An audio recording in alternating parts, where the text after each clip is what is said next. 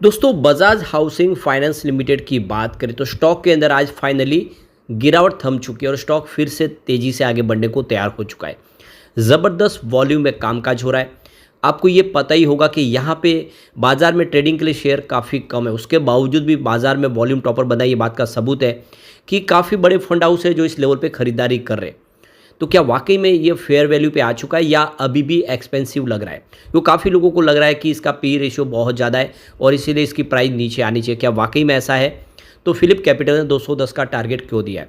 तो यहाँ पे इन सारी बातों को समझेंगे। क्या वाकई में स्टॉक महंगा है या फिर इस मौके का फ़ायदा उठा के अब इन्वेस्टमेंट कर लेना चाहिए? क्योंकि बजाज ग्रुप जो पिछले कई सालों के बाद फिर से बाजार में आए, आईपीओ के तौर उन्होंने लिस्ट किया है, क्या ये स्टॉक आने वाले समय में बेहतर प्रदर्शन कर सकता है? क्योंकि हाउसिंग सेक्टर एक ऐसा सेक्टर है जहाँ पे एनपीए नहीं के बराबर होता है, क्योंकि आपको पता ही होगा कि डॉक्यूमेंट के अगेंस्ट ही लोन दिया जाता है। तो क्या निवेश करना चाहिए, जानने की कोशिश करेंगे। इसके फंडामेंटल कैसे देखेंगे, इसके प्लस और नेगेटिव पॉइंट को समझने की कोशिश करेंगे। क्या ये लॉन्ग टर्म के लिए होल्ड करने जैसा स्टॉक है? लेकिन फ्रेंड, उससे पहले अगर आप पहली बार हमारे चैनल पे आए तो चैनल को सब्सक्राइब कर दीजिए, एक बेल आइकॉन दबा दीजिए ताकि जब भी नया वीडियो बने पहला नोटिफिकेशन आपको मिले। वीडियो पसंद आए तो लाइक शेयर जरूर कीजिए। चलो फ्रेंड्स, वीडियो स्टार्ट करते हैं। मैं हूं आपका दोस्त एस बी दवे और हमारे अपने चैनल ऑनलाइन कमाई में आपका बहुत बहुत स्वागत है। तो अभी 12:30 बजे के आसपास का टाइम है। आज स्टॉक की शुरुआत ही पॉजिटिव हुई है। उसके पीछे वजह की बाजार में भी आज तूफानी तेजी के साथ बाजार ने शुरुआत की। तो 162 पर स्टॉक की शुरुआत हुई है।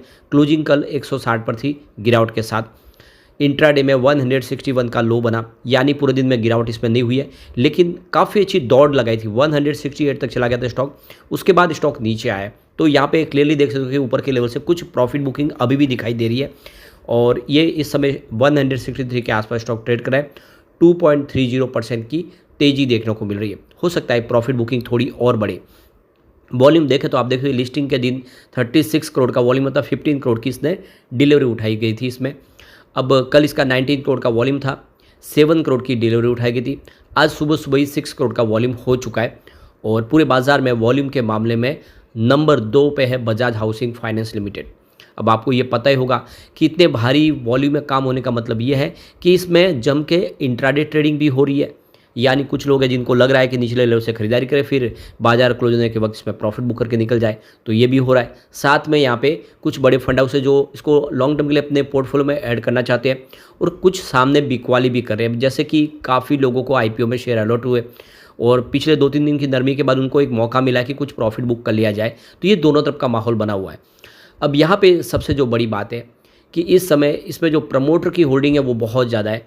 88.75% की होल्डिंग प्रमोटर के पास है। अब आपको ये पता ही होगा कि किसी भी पब्लिक लिस्टेड कंपनी में 75% की अपर लिमिट है, यानी आने वाले समय में इनको अपनी होल्डिंग ट्रिम करनी होगी। वो बाजार में धीरे धीरे अपनी होल्डिंग ट्रिम कर सकते हैं।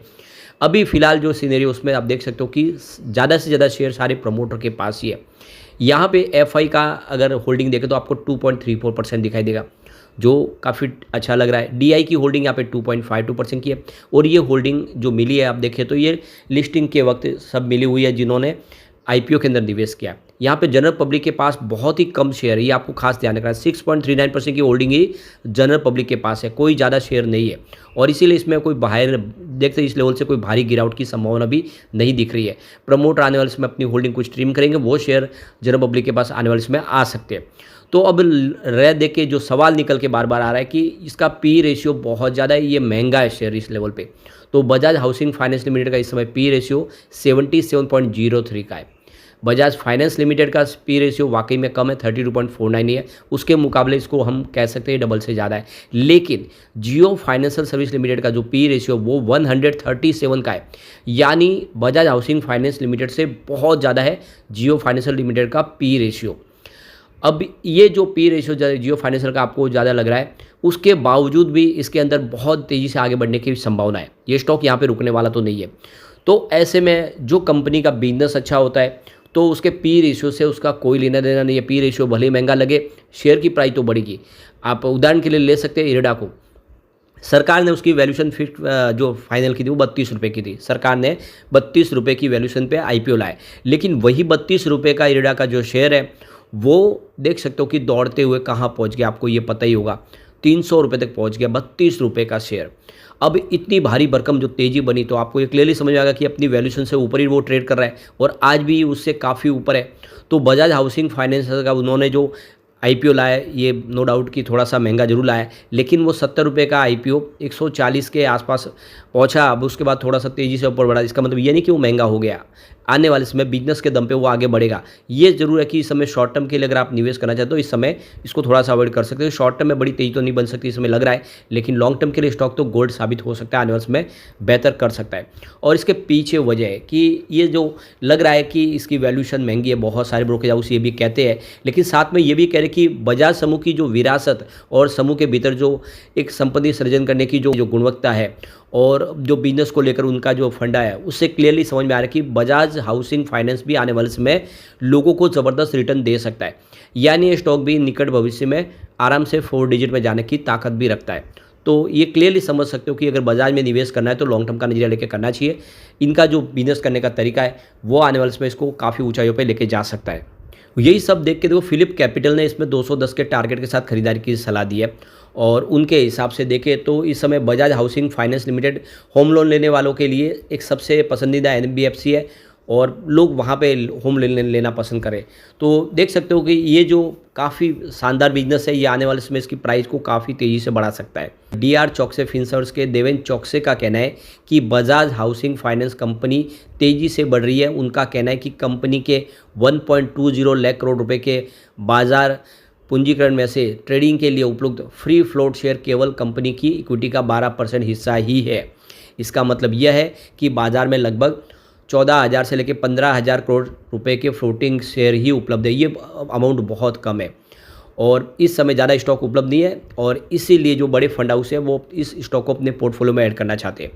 तो ये क्लियरली है कि ये जो सारे के सारे इस समय शेयर है वो तो प्रमोटर के पास है और इसीलिए कोई चिंता की बात नहीं लग रही है।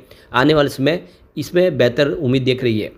देवेंद्र चौकसे का कहना है कि स्टॉक इस समय जरूर महंगा लग रहा है क्योंकि 7 से लेकर 7.5 गुना मूल्य के बुक वैल्यू पर इस समय स्टॉक आपको ट्रेड करता हुआ दिखाई देगा।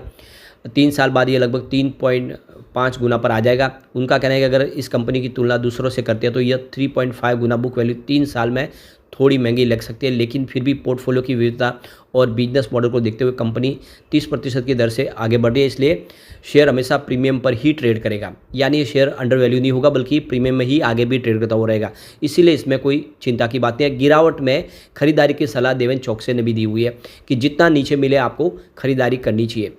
स्पार्क प्राइवेट वेल्थ के देवांग मेहता का कहना है कि इस कंपनी को इससे बड़ा डेटाबेस और उधार लेने वाले समुदाय के कंपनी पर विश्वास से ताकत मिल रही है और इससे हम कह सकते हैं कि इसमें आने वाले समय मजबूती बनी रहेगी। तो कोई चिंता की बात नहीं है, कंपनी का जो बिजनेस मॉडल है वाकई अच्छा है और बहुत सारे अच्छे स्टॉक है जो अपने पी रेशियो से काफ़ी ऊपर ट्रेड करते हैं, उसमें से ये भी एक स्टॉक है।